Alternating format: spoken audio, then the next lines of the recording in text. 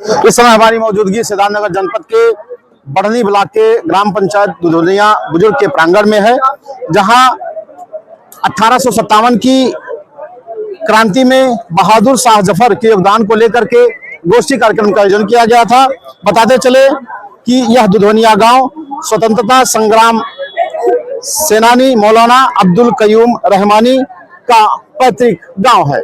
इसी विषय पर आज गोष्ठी कार्यक्रम का आयोजन किया गया। तो आइए जानते हैं इस कार्यक्रम को लेकर किसने क्या कहा। आप आखिरी मुगल बादशाह की जो है और पुत्र वधू है और यह बुद्ध की धरती है। बुद्ध की धरती पर क्या संदेश देना चाहिए? ये बढ़नी की जो सरजमीन है इतिहास में काफ़ी लोगों ने कुर्बानियाँ दी हैं। कुछ कुर्बानियाँ ऐसी हैं कि जो तारीख में दर्ज हैं, कुछ लोग ऐसे हैं जिनका कहीं नामो निशान नहीं है। आज हम बढ़नी की सरजमीन पर बहादुर शाह जफर की जो में पैदाइश जो में वफात के साथ साथ उन तमाम शहीदों को भी याद करते हैं जिन्होंने इस मुल्क की आज़ादी के लिए अपना कंट्रीब्यूशन दिया, अपना बलिदान दिया। तो आज हमें यहाँ पे आके यहाँ के लोगों से मिल के बहुत अच्छा लग रहा है और ये प्रोग्राम ये यहाँ पे हमेशा होते रहने चाहिए। आज मैंने हमारी जो ये विधायक है यहाँ सैयदा खातून है, उनसे भी मैंने गुजारिश की है कि वो भी अपनी कॉन्स्टिट्यूंसी में इस तरह का प्रोग्राम आयोजित करें और ताकि लोगों में जागरूकता बेदारी पैदा हो। वर्तमान पार्टी को नफरत फैलाने वाली पार्टी कह रहे हैं और एक तरफ संविधान बचाने की भी बात कर रहे हैं। तो इस कार्यक्रम के माध्यम से नई पीढ़ी को क्या संदेश देना चाहते हैं? नई पीढ़ी को संदेश देना चाहता हूँ, संविधान के जो मूल्य हैं, स्वतंत्रता, समता और बराबरी, उस रास्ते पर चलना चाहिए। और जो चुनिंदा रूप से किसी कम्युनिटी के खिलाफ नफरत फैलाई जाती है, उसके बारे में खुद अध्ययन करके दोनों तरफ की बातें देखकर अपनी राय बनाएं, ताकि समाज में जो रास्ता गांधी ने दिखाया या मौलाना आज़ाद ने दिखाया, वो रास्ते पर चलकर हम देश की एकता को मजबूत कर सकेंगे। आज के कार्यक्रम के मुख्य उद्देश्य क्या है? आज के कार्यक्रम के मुख्य उद्देश्य दो हैं कि एक तो बहादुर शाह जफर के माध्यम से याद करना कैसे हिंदू मुस्लिम मिल के अंग्रेज़ों के खिलाफ लड़े और कैसे अंग्रेज़ों ने यहाँ लूट मार करके और बाद में फूट डालो और राज लगाई।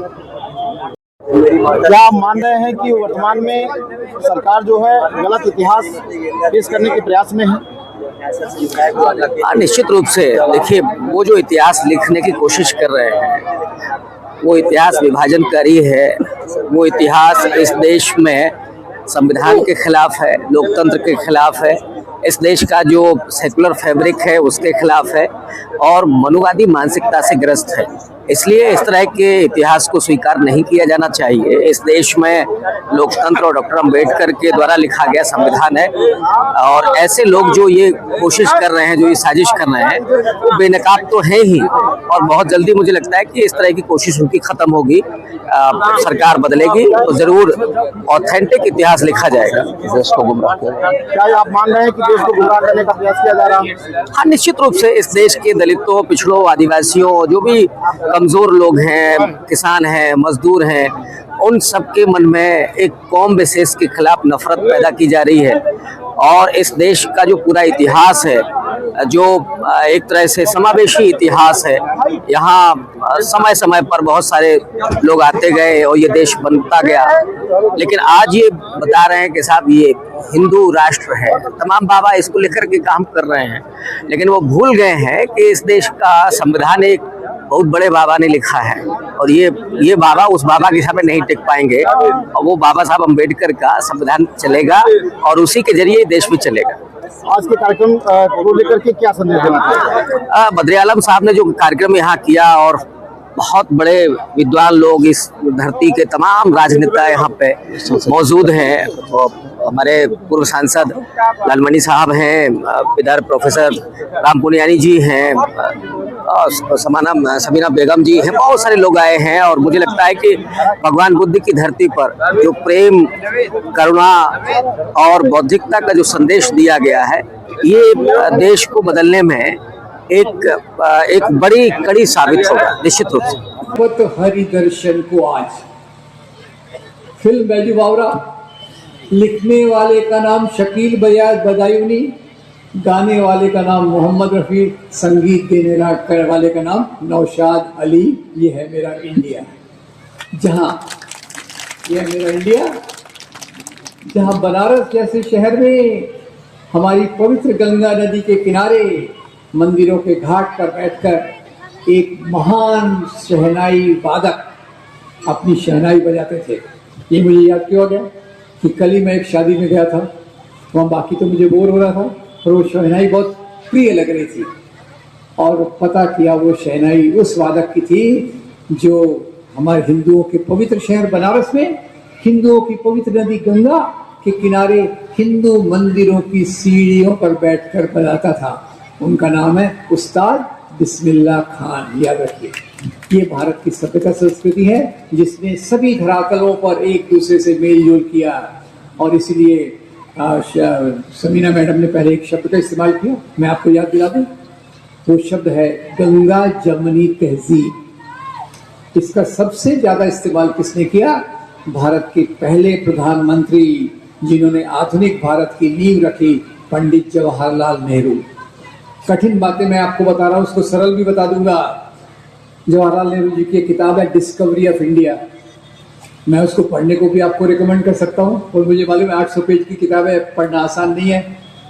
उसमें जवाहरलाल जी ज़्यादातर ये इस्तेमाल करते हैं कि भारत में अलग अलग प्रकार के लोग आए अलग अलग टाइम पर नए आने वाले लोगों ने पुरानों को खत्म नहीं किया और पुराने लोगों ने नयों से सीखा, नयों ने पुराने से सीखा। इससे भारत की सभ्यता, संस्कृति, साहित्य, कला, धर्म की परंपराओं का विकसित हुआ और इसके लिए इन्होंने जिस शब्द का इस्तेमाल किया वो था गंगा जमनी तहजीब। तो ये तो हमारा इंडिया हो गया।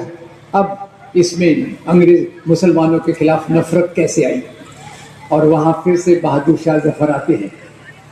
1857 की क्रांति विद्रोह हुआ, बहादुर शाह जफर उसके लीडर। बताइए उनके साथी कौन थे? तात्या साहब टोपे, यस नो? नाना साहब पेशवा, झांसी की रानी। यानी हिंदू मुसलमान मिलकर अंग्रेजों के खिलाफ लड़े। Right wrong?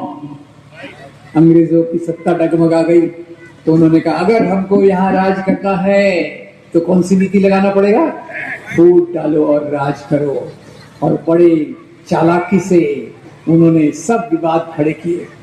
और उस दिन प्रधानमंत्री जी कह रहे थे झंडा फहराते हुए, तिरंगा नहीं वो वाला, झंडा फहराते हुए कह रहे थे कि 500 साल से चलने वाला संघर्ष अभी खत्म हुआ, यानी बाबरी मस्जिद के बारे में। विश्वास कीजिए दोस्तों, बाबरी मस्जिद का विवाद 500 साल से नहीं चल रहा था, ये अंग्रेजों के आने के बाद शुरू किया गया। 1857 के बाद ये बात बहादुर शाह जफर ने जो जिस प्रकार से विद्रोह किया उनके नेतृत्व में, उसके बाद अंग्रेजों ने ये नीति तेज कर दी और ब्रिटिश ऑफिसर जगह जगह ये नफरत फैलाने की बातें लिख गई। हाँ, ये मस्जिद है, शायद यहाँ पहले मंदिर था।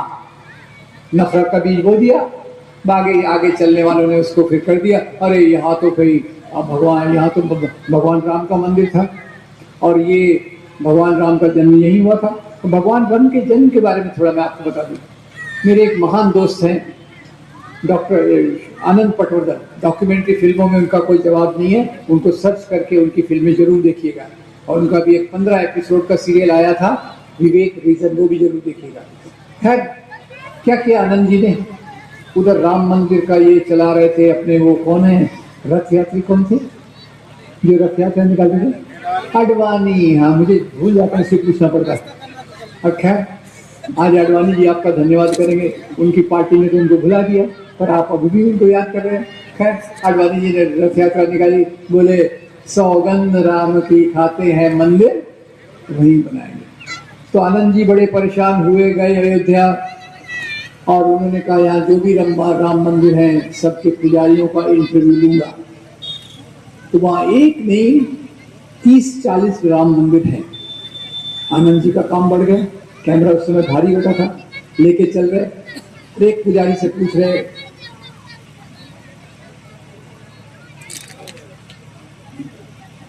हर एक पुजारी से एक ही सवाल पूछा, पुजारी जी आपके मंदिर का महत्व क्या है? और उन्हें आश्चर्य हुआ, हर एक पुजारी ने एक ही जवाब दिया। क्या जवाब था? भगवान का राम का जन्म यही हुआ था। अब मैंने हाथ जोड़ दिए, आनंद जी ने भी हाथ जोड़ दिए होंगे। कण कण में भगवान है, ये बात तो हम मानते हैं, पर भगवान क्या एक से ज्यादा जगह पे जन्म ले सकते हैं? ये सवाल मेरे ऊपर रखा है। एनीवे, अंग्रेजों ने फूट डालो और राज करो की नीति लगाई, और उसी नीति के चलते आपको बता दूं, 1857 की क्रांति के लिए उन्होंने मुसलमानों को जिम्मेदार ठहराया, और मुसलमानों को जिन्होंने भी भाग लिया था, उनको दिल्ली से लेके मेरठ तक के रोड पर सड़कों में जो झाड़ बाजू में लगे रहते थे, उन्हें फांसी से लटकाया गया था, एक के बाद एक, लोगों को डराने के लिए। तो खैर, ये उनका काम था। साथ ही साथ उन्होंने चुन चुन कर बातें बताई कि मुसलमान राजाओं ने मंदिरों को तोड़ा, ये भी थोड़ा ज़रूरी है। वैसे रविकांत जी ने औरंगजेब के बारे में बताया, मैं एक दूसरा पहलू बताता हूँ। अभी हमारे महाराष्ट्र में छावा नाम की फिल्म आई, उसके बाद वो पॉपुलर हो गया। एक तो बाबरी मस्जिद तोड़ते समय भी उन्होंने कहा था, ये तो केवल झांकी है, क्या बाकी है? काशी मथुरा बाकी है। तो काशी के ऊपर में आया, तो काशी के बारे में कहते हैं कि भाई औरंगजेब ने मंदिर को तुड़वाया था, रविकांत जी को उसके लिए जेल हुई। तुड़वाया वो कहते हैं औरंगजेब ने, और जेल हुई रविकांत जी को। मजे की बात है। अब ये जो हुआ, उन्होंने मंदिर तोड़वाया। एक तो बात वो है जो इन्होंने कही पट्टाभी सीतारामैया के हवाले से, और दूसरी बात ये है कि वहाँ औरंगजेब के कई विद्रोही बगावती वहाँ छुपे हुए थे। ये दो कारणों में से एक कारण कोई होगा। और इन्होंने तो एक महाकाल के मंदिर का उल्लेख किया है। मैं आपको डॉक्टर विशंबर नाथ पांडे जी की किताब का उल्लेख दे देता हूँ। डॉक्टर विशंबर नाथ पांडे आज़ादी के आंदोलन के बहुत बड़े नेता, उन्होंने एक किताब लिखवाई, और किताब ये थी कि उत्तर भारत या पूरे भारत में औरंगजेब द्वारा मंदिरों को दिए हुए आदेश, फरमान। एक आदेश है, उज्जैन में ये घी का दीपक जलते रहना चाहिए। दूसरा ये है कि वे आसाम में कामाख्या देवी का जो मंदिर है, उसको बड़ा दान दिया जाए। तीसरा, चित्रकूट में बालाजी के मंदिर को इतनी जागीरें दान दी जाए। यानी इन्होंने, औरंगजेब ने आज रिसर्च करके ये फाइनल आया है, रिचर्ड ईटन ने बताया कि ज़्यादा से ज़्यादा 10 मंदिर तोड़े होंगे। और उसी के साथ ये भी आया कि उसने 50 से ऊपर मंदिरों का दान दिया। तो अब मैं कौन सा पहलू देखूं, 10 मंदिर तोड़ने का या 50 मंदिरों को दान देने का? इससे कोई हिंदू मुसलमान का मामला नहीं आता। और औरंगजेब के दरबार की एक बात और याद रखिए, औरंगजेब के दरबार में जो 33% अधिकारी थे, वो हिंदू थे। राजा रघुनाथ बहादुर, राजा जसवंत सिंह और ऐसे बहुत सारे लोग थे जो उनके दरबार में काम करते थे। तो ये हिंदू मुसलमान के बीच में नफरत का नैरेटिव जो शुरुआत की, वो अंग्रेजों ने की। और उसको ले जाने वाले आगे, उसको आगे ले जाने वाले जो हैं, वो जरा आपको पहचानना है। आप जरा पहचान नहीं रहे, मैं सरल सवाल पूछ रहा हूँ। उसको आगे कौन ले गए? आगे वो ले गए जो पहले हाफ पैंट पहनते थे, आजकल फुल पैंट पहनने लग गए हैं। प्रमोशन तो सभी का होता है। उन्होंने इस बात को आगे पहना दिया। अरे ये तो जो इस्लाम आया भारत में, ये तलवार की नोक पर आया। तलवार की नोक पर आने के पहले एक प्यारी बात आपको पूछ दूं, बताइए, औरंगजेब जिसको ये इतना बताते हैं, उसको विदेशी कहते हैं। और रविकांत जी ने बताया, कई मुगल बादशाहों की माएँ ये हिंदू थी। इस सवाल का कोई जवाब दे दे तो मैं उसको आधा कप चाय पिलाने को भी तैयार हूँ। बताइए, औरंगजेब का जन्म कहाँ हुआ था? मक्का में, मदीना में, ईरान में, इराक में? उनका जन्म हुआ था गुजरात में, दाहोद में उनका जन्म हुआ था। और अनफॉर्चुनेटली वहाँ उसका भी जन्म हुआ जो आज भारत में नफरत फैलाने में सबसे ज़्यादा माहिर है। खैर, अब ये विदेशी कैसे हो गए? उनकी तो 7 पुश्तें यहाँ से काम कर रही हैं। खैर, जो भी हो गया, तो नफरत फैलाने का ये काम, इसके साथ उन्होंने एक और नफरत फैलाई कि भारत में जो इस्लाम फैलाया तो मुसलमान राजाओं ने फैलाया। याद रखिए दोस्तों, मैं पूरे विश्वास के साथ जितनी समझ है उससे आपको कह रहा हूँ, राजा लोग ज्यादातर धर्म नहीं फैलाते। राजा लोग क्या फैलाते हैं? सत्ता। पर हाँ, एक राजा हुआ है जिसने उस धर्म को फैलाया जो इस धरती से पैदा हुआ। क्या नाम है उस राजा का? सम्राट अशोक। दुनिया के एक ही राजा हैं जिन्होंने अपने धर्म को फैलाया। प्यार से या तलवार से? प्यार से। अब ये जो भारत में इस्लाम फैला, तो इनका आर्ग्यूमेंट है मुसलमान राजा घोड़े पर बैठकर आते थे, उनके एक हाथ में तलवार होती थी, एक हाथ में कुरान होती थी, तलवार से डराया, कुरान उनको पकड़ाया। ऐसा मैं बोल रहा था एक कॉलेज में। वो कॉलेज के लड़के लड़कियां थोड़े ज़्यादा इंटेलिजेंट थे। मैंने कहा एक हाथ में तलवार थी, घोड़े पे बैठे थे, दूसरे हाथ में कुरान थी। तो 3-4 लड़के लड़कियां खड़े हो गए, बोले सर उनके एक हाथ में तलवार है, एक हाथ में कुरान है, तो घोड़े की लगाम कौन संभालेगा? उन्होंने कहा ये तो मुझे भी नहीं पता। पर मुसलमान राजाओं ने मजहब नहीं फैलाया, उनकी जो भी दुश्मनी थी वो सत्ता के लिए थी। तो भारत में इस्लाम कैसे आया? तो उसका भी आप जवाब दीजिए। भारत की सबसे पहली मस्जिद 7वीं शताब्दी में बनी। तब मुसलमान राजाओं का राज्य कहीं नहीं था। 7वीं शताब्दी में बनी। कहाँ बनी पहले? आगरा में, दिल्ली में या केरल में? केरल में। कैसे बनी भाई? राजा तो वहाँ मुसलमान है नहीं। तो अरब देशों से व्यापारी आते थे, यहाँ के मसाले और बाकी चीज़ें खरीद के ले जाते थे। वहाँ से भी कुछ सामान लाते हुए वो वहाँ बहुत लोकप्रिय हो गए और उनके माध्यम से भारत का पहला इस्लाम मलाबार तट पर आया। 9 राजा। फिर भारत के लोग मुसलमान कैसे बने ज़्यादा? एक तो आपसी मेल जोल जब होता है, जो चीज़ें हमको अच्छी लगती हैं वो हम स्वीकार करते हैं। भगत सिंह नास्तिक कैसे बने? किसी ने उनको तलवार दिखाया था? नहीं। अध्ययन किया बहुत सारा, उनको लगा भाई ये बात मुझे ठीक लगती है, बन गए। पेरियार नास्तिक कैसे बने? उनका भी यही कारण होगा। तो कई बार एक दूसरे पर प्रभाव से एक दूसरे का धर्म स्वीकार करते हैं। और इसके लिए मैं कोट करूँगा भारत के महान स्वामी विवेकानंद अपनी संकलित रचनाएं खंड 8 पृष्ठ 330 पर लिखते हैं, ये कहना बिल्कुल गलत है कि इस्लाम यहाँ तलवार की नोक पर फैला।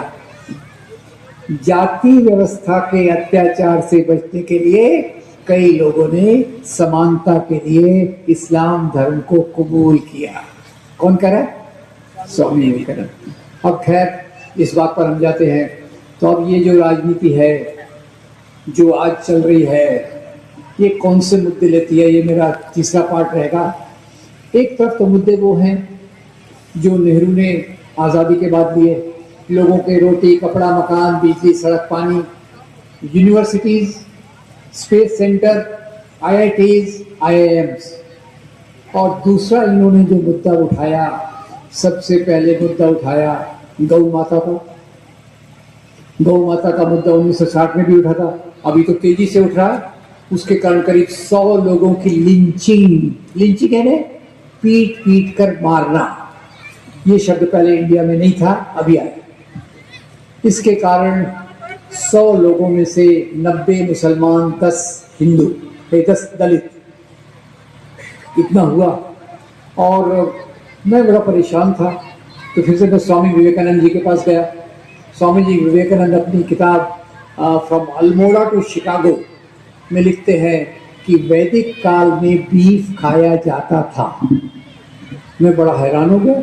स्वामी जी तो लिखते हैं बीफ खाया जाता था, गाय की बलि दी जाती थी।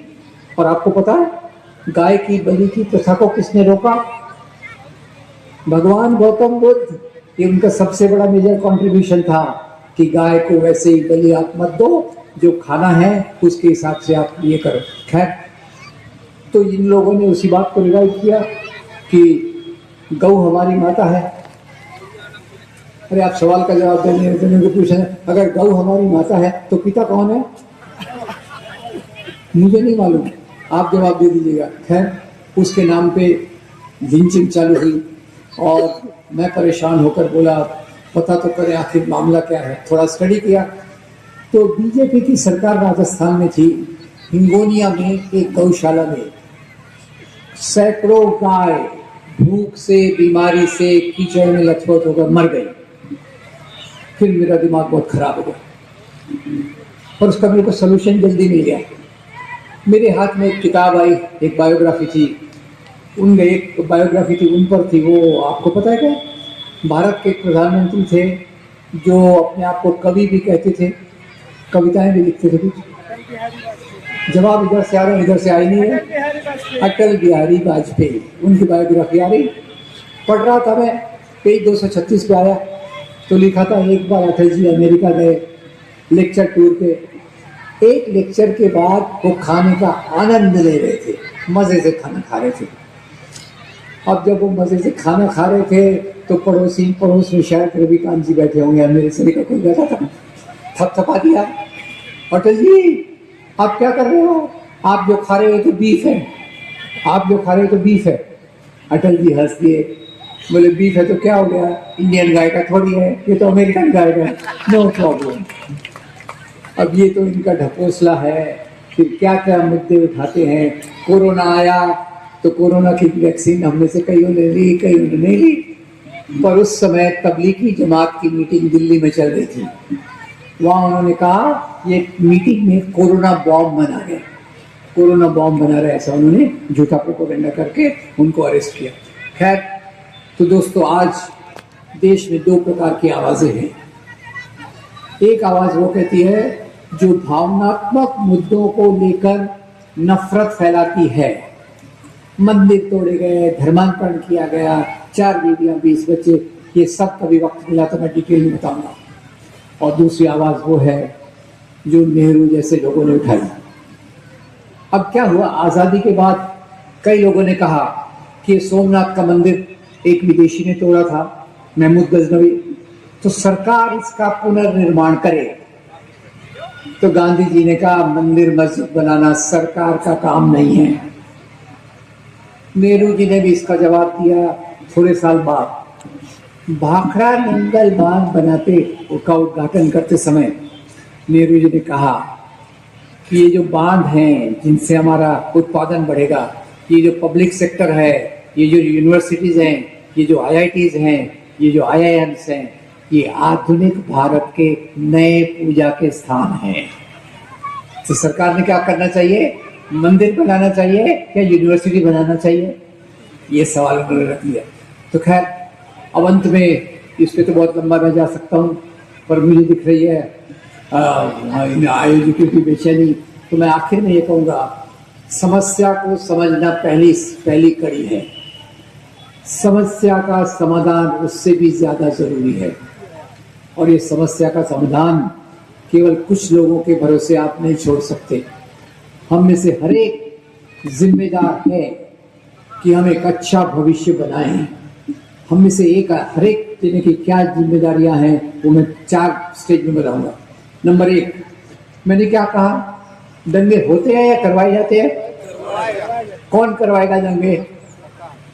जिसको दंगों से फायदा होता है। याद रखिए 1992 में जब बाबरी मस्जिद की शहादत के बाद बहुत दंगे हुए, और कौन सी पार्टी ज्यादा मजबूत हुई? गेस कीजिए। दंगे करवाए जाते हैं। दंगे क्यों करवाए जा सकते हैं? क्योंकि समाज में पहले नफरत फैलाई जाती है। तो ये जो नफरत आज लोगों के दिमाग में है, इसको दूर करना हम सबका कर्तव्य है। थोड़ा सा अपना मैं काम बता दूं, मैंने आज इनको भेजा है 16 वीडियो की चेन, आधे घंटे की वीडियो है, और ये जो पूरी बातें हैं नफरत वाली, और जो दूसरी बातें हैं समाज का पुनर्निर्माण करने वाली, वो सब बातें मैंने भेजी है। 16 वीडियो हैं, हम देखें। जैसे गौतम बुद्ध कहते हैं, अपना दीपक हमें खुद बनना है। देखें और समाज तक इसको ले जाएं, मीटिंग के माध्यम से, कोई कार्यक्रम के माध्यम से। और कुछ किताब भी मैं लाया हूँ, उसमें करीब 60 सवालों के जवाब हैं जो मुसलमानों के खिलाफ नफरत फैलाने के लिए इस्तेमाल किए जाते हैं। नंबर 3, जो आज आंदोलन चल रहे हैं समाज में भ्रष्टाचार के खिलाफ, SIR के खिलाफ, वोट चोरी के खिलाफ, दलितों के अधिकार के लिए, औरतों के अधिकार के लिए, अल्पसंख्यकों के अधिकार के लिए, उन आंदोलनों को मजबूत करना। ये आंदोलन में हम कैसे मदद कर सकते हैं उसके जरा ख्याल करना चाहिए, और हम में से हर एक व्यक्ति का कर्तव्य है कि बराबरी के आंदोलन में हम भी बराबरी से शरीक हों। और चौथी बात है, जब से ये पार्टी सत्ता में आई 11 साल, तब से वो जो खाकी पैंट वाला, नहीं ब्राउन पैंट तो ब्राउन है, चड्डी खाकी थी, वो संगठन पहले से 3 गुना मजबूत हो गया और सब कारस्तानी उसकी है। अगर इस प्रकार की पार्टी जो मजहब के नाम पे बंटवारा करती है, देश को पीछे धकेलती है, इस प्रकार की पार्टी हमको सत्ता में नहीं चाहिए। हमको कौन सी पार्टी चाहिए? जो भारतीय संविधान के आधार पे चले, जो धर्म के नैतिकता के आधार पे चले, जो सबकी, आखिर में जो मुख्य स्लोगन है वो पहले भी कहा गया। आज हमको एक सूत्र में बोलने को बांधने वाली एक किताब है जिसका हम सब ने खूब आदर करना चाहिए और उसके रास्ते पर समाज में चलना चाहिए। उसका नाम है भारतीय संविधान। भारतीय संविधान क्या कहता है? बहुत लंबा है, पर उसका प्रीएम्बल, प्रस्ताविका पढ़िएगा, रोज पढ़िएगा, हफ्ते में एक बार पढ़िएगा। स्वतंत्रता, समता, बंधुता और न्याय। बंधुता, जैसे हिंदू धर्म में वाक्य है वसुधैव कुटुंबकम, सबके लिए है। जैसे इस्लाम में है कि जो व्यक्ति अपने पड़ोसी का ख्याल नहीं रखता उसके लिए जन्नत के दरवाजे नहीं खुलेंगे। क्रिश्चियनिटी में है अपने पड़ोसी से प्यार करो। तो ये सब चीज़ें, और भारतीय संविधान को मजबूत करने के लिए हम कम्युनिटी के एक एक व्यक्ति तक भारतीय संविधान के मूल्यों को कैसे ले जा सकते हैं।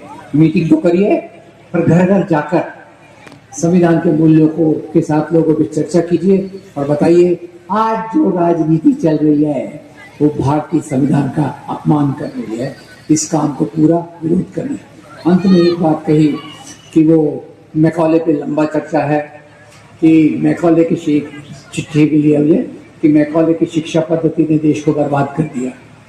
और आप बताइए, इसी समय कई दलित नेता मैकॉले को महात्मा मैकॉले कह रहे हैं। ये भी कह रहे हैं मैकॉले के आने के बाद ही ये शिक्षा दलितों और स्त्रियों के लिए खुली।